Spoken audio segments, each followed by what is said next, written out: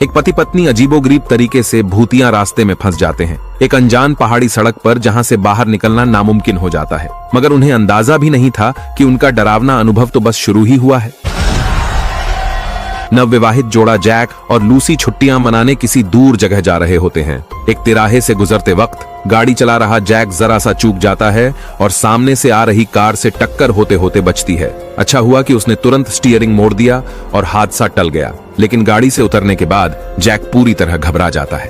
उसे बिल्कुल याद नहीं आता कि वो किस दिशा से आया था। लेकिन पत्नी लूसी शांत रहती है, क्योंकि सड़क किनारे एक बोर्ड लगा था जिसमें सामने एक पेट्रोल पंप होने की जानकारी दी गई थी। जैक ने तुरंत एक्सीलरेटर दबाया और वो वहां पहुंच गए। पेट्रोल पंप की दुकान पर पहुंचकर वो दोनों काउंटर पर मौजूद शख्स से रास्ता पूछने ही वाले थे कि देखा वहां एक अधमरा सा बूढ़ा खड़ा है। तभी दुकान की मालकिन गुस्से में बाहर निकलती है और कहती है कि वो उसका पागल पति है और जैक लूसी को माफ करना चाहिए। जब उसने सुना कि वो दोनों लॉयवान नाम की टूरिस्ट जगह जा रहे हैं तो बड़ी गर्मजोशी से बताने लगी कि पहाड़ों में एक शॉर्टकट रास्ता है जो सीधे शहर तक जाता है और बहुत दूरी बचा सकता है। जैक को ये सुनकर बड़ी राहत मिलती है।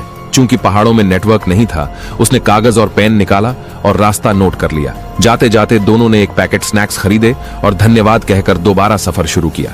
मालकिन के बताए रास्ते पर चलते हुए वो जल्द ही उस छोटी सी सड़क में प्रवेश कर जाते हैं।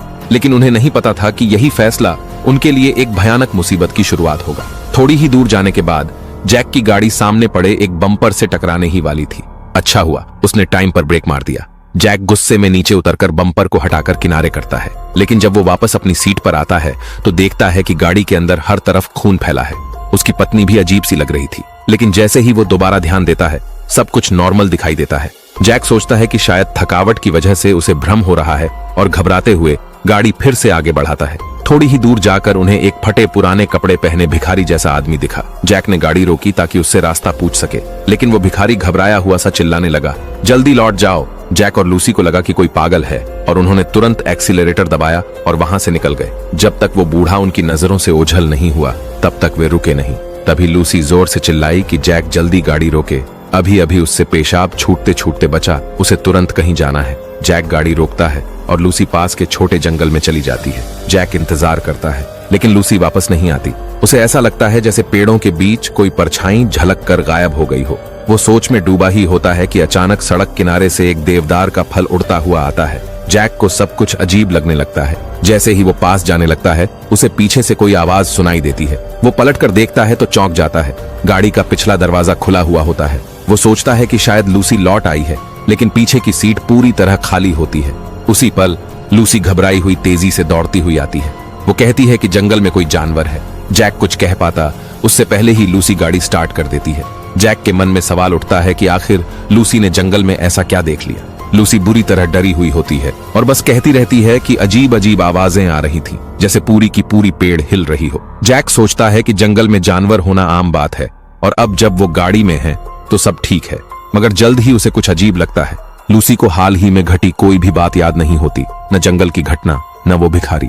उसकी याददाश्त बस वहीं तक रुकी थी जब वो लोग उस पुराने बम्पर के पास पहुंचे थे। जैक को चिंता होने लगती है, मगर वो खुद को संयमित रखकर लूसी को ढाढ़स बंधाता है। अचानक लूसी जोर से ब्रेक मारती है। दोनों हैरान रह जाते हैं। सामने वही टूटा हुआ बम्पर फिर से पड़ा होता है। क्या वो लोग इस पूरी देर से पहाड़ों में घूम ही रहे थे? जैक को तो अच्छे से याद था कि उसने वो बम्पर सड़क के किनारे हटा दिया था। लूसी को चक्कर आने लगते हैं और उसकी नजरें धुंधली होने लगती हैं। अचानक एक खून से सनी औरत सड़क के बीचों बीच आ खड़ी होती है।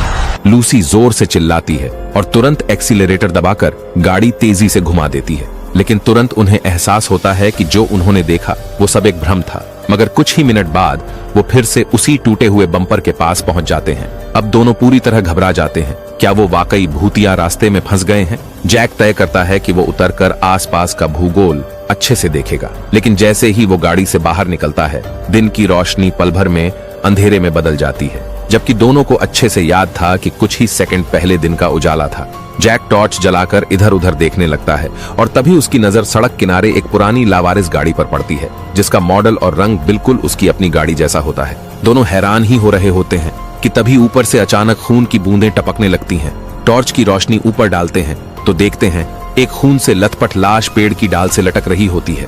जैक तुरंत लूसी को लेकर भागने की सोचता है, मगर तभी एक रहस्यमयी शख्स अचानक कलम जैसा हथियार लिए उन पर हमला कर देता है। अच्छा हुआ कि दोनों वक्त पर झुक गए और किसी तरह भागते हुए गाड़ी में चढ़ जाते हैं। जैक गुस्से में दहाड़ मारते हुए सीधा गाड़ी उस शख्स पर चढ़ा देता है, लेकिन वो शख्स उड़कर दूर नहीं जाता बल्कि गाड़ी के बोनट पर चिपक जाता है। जैक का दिल बैठने लगता है और वो बस किसी तरह वहां से भागने की कोशिश करता है। वो देखता है कि रहस्यमयी शख्स गाड़ी का बम्पर उखाड़कर फेंक देता है। लूसी डर के मारे कांप रही होती है और जैक खुद को शांत दिखाने की कोशिश करता है ताकि उसे तसल्ली दे सके। अगले ही पल गाड़ी की फ्यूल इंडिकेटर दोबारा खाली दिखाने लगती है। लूसी गुस्से में तमतमाकर कहती है, मुझे जैक के साथ हनीमून पर बिल्कुल नहीं आना चाहिए था। जैक कुछ जवाब देने ही वाला होता है कि वो रहस्यमयी कातिल फिर से सामने आ जाता है। अब गाड़ी स्टार्ट भी नहीं हो रही थी। दोनों को बस एक ही रास्ता सूझता है, गाड़ी छोड़कर दौड़ना।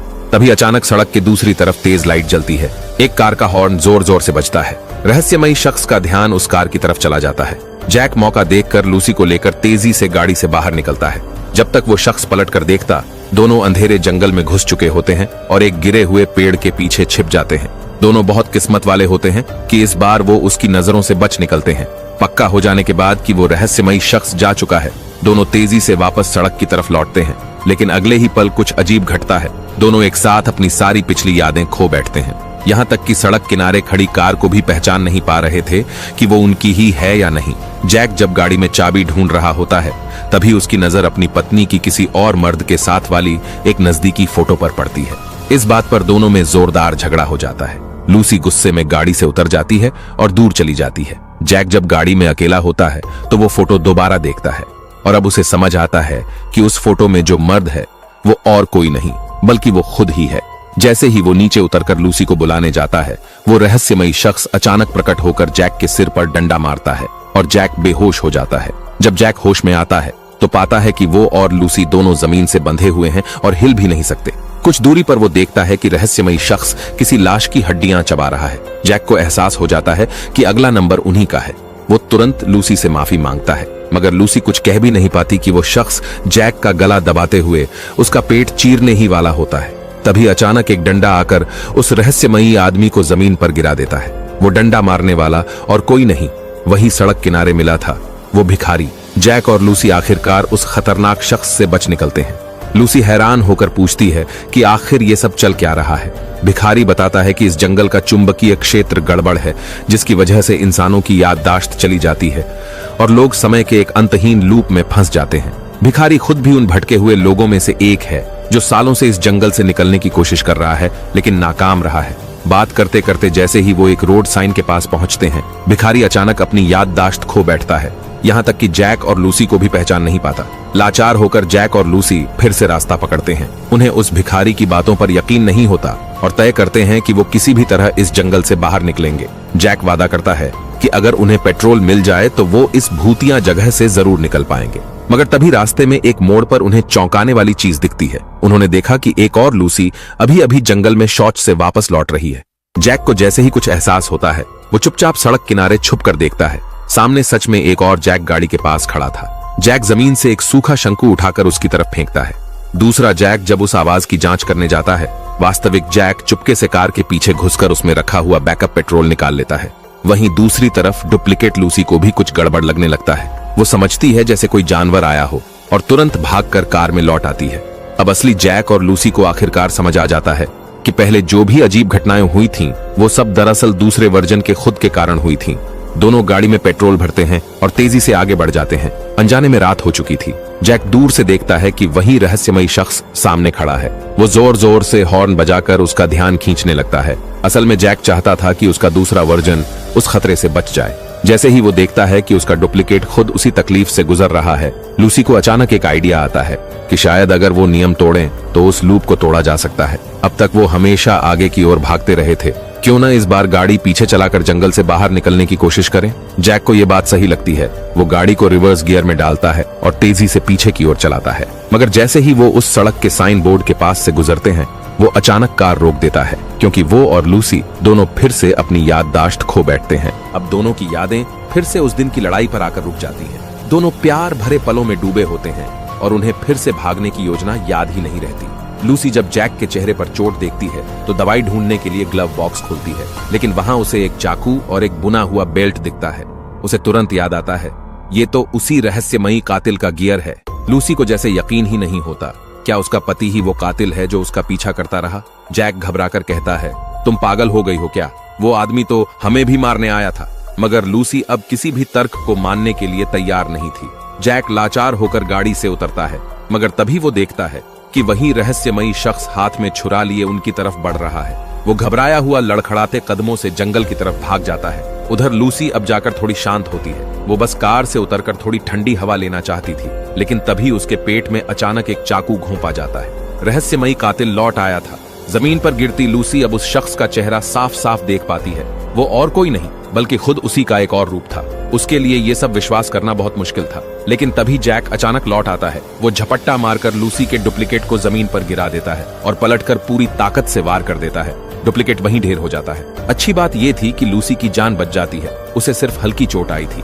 जैक लूसी को कार में बिठाने ही वाला था कि पीछे से अचानक एक और डंडे का हमला होता है। एक और रहस्यमयी इंसान सामने आ चुका था। जैसे ही वो करीब आता है, जैक देखता है वो भी उसी का एक और वर्जन था। उसके चेहरे पर भरी नफरत थी। अब दोनों को साफ साफ समझ आ गया कि अभी अभी आए दो रहस्यमयी लोग असल में वो खुद ही थे, जो किसी गलत फैसले की वजह से ऐसे बन गए थे।